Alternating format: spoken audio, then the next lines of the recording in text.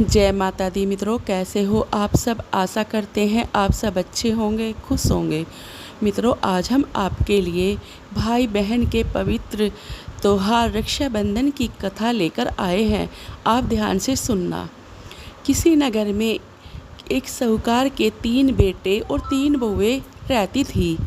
उनकी जो सबसे छोटी बहू थी वो बहुत ही सुशील और संस्कारी थी और कृष्ण भगवान जी की परम भक्त थी।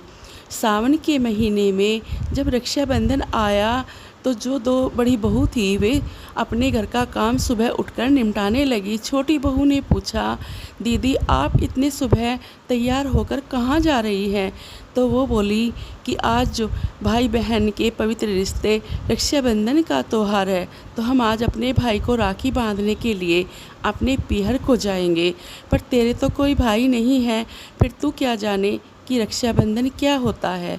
यह सुनकर छोटी बहू रोने लगी और भगवान कृष्ण की मूर्ति के सामने जाकर रोने लगी और रोकर बोली, अगर मेरा कोई भाई होता तो मैं भी उसको राखी बांधने ज़रूर जाती।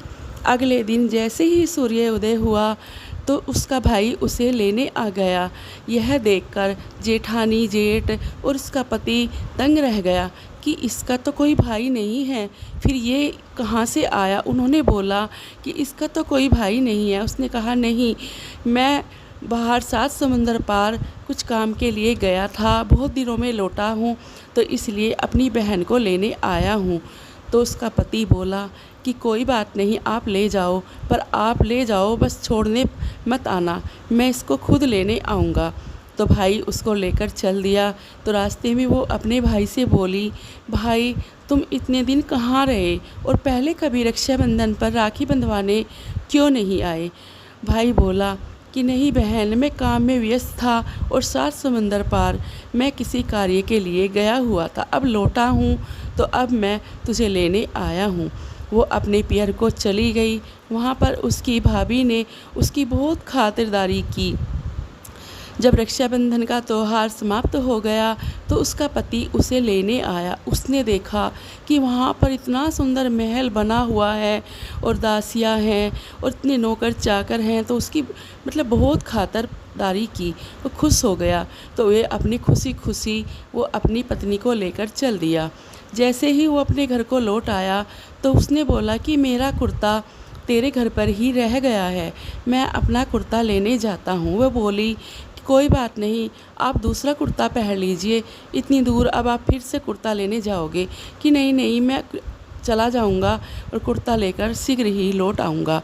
तो वो जैसे ही कुर्ता लेने गया, जहाँ पर वो सुंदर महल बना हुआ था, वहाँ पर एक पीपल का पेड़ खड़ा हुआ था और जो वो कुर्ता था उस पीपल के पेड़ पर लटका हुआ था। यह देखकर उसे बहुत क्रोध आया और क्रोध के मारे वो अपने घर को लौट आया। आकर उसने अपनी घरवाली से कहा कि मुझे तो पहले से ही शक था कि ये कौन आया था जो तेरा भाई बनकर आया था, तेरे कोई भाई नहीं था।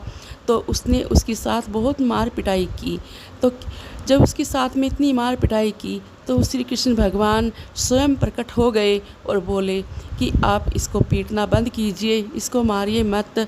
ये मुझे हर साल राखी बांधती थी क्योंकि इसके कोई भाई नहीं था, तो मैं जो है अपने आप ही इसका भाई बनकर आया था, क्योंकि इसने हमेशा अपने भाई को राखी बांधी है, तो इसकी इसमें कोई गलती नहीं है।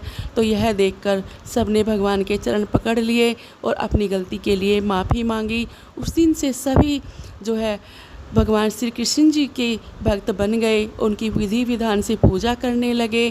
तो ये पवित्र रक्षाबंधन का भाई बहन का त्यौहार जो है इस तरह से मनाया जाता है कि बहनें अपने भाई पर जान निछावर करती हैं, बड़े धूमधाम से इस त्यौहार को मनाती हैं और अपने भाई को राखी बांधती है। तो मित्रों, जो जानकारी मैंने आपको दी है, ये कथा बहुत ही खास है। सभी के जीवन में भाई बहन का प्यार बना रहे। ये इतना पवित्र रिश्ता है कि जीवन में एक ही बार मिलता है, तो इसकी कदर कीजिए और इस त्यौहार को बड़े प्यार से मनाइए। अब हम आपसे विदा लेते हैं, मिलते हैं एक नई जानकारी के साथ।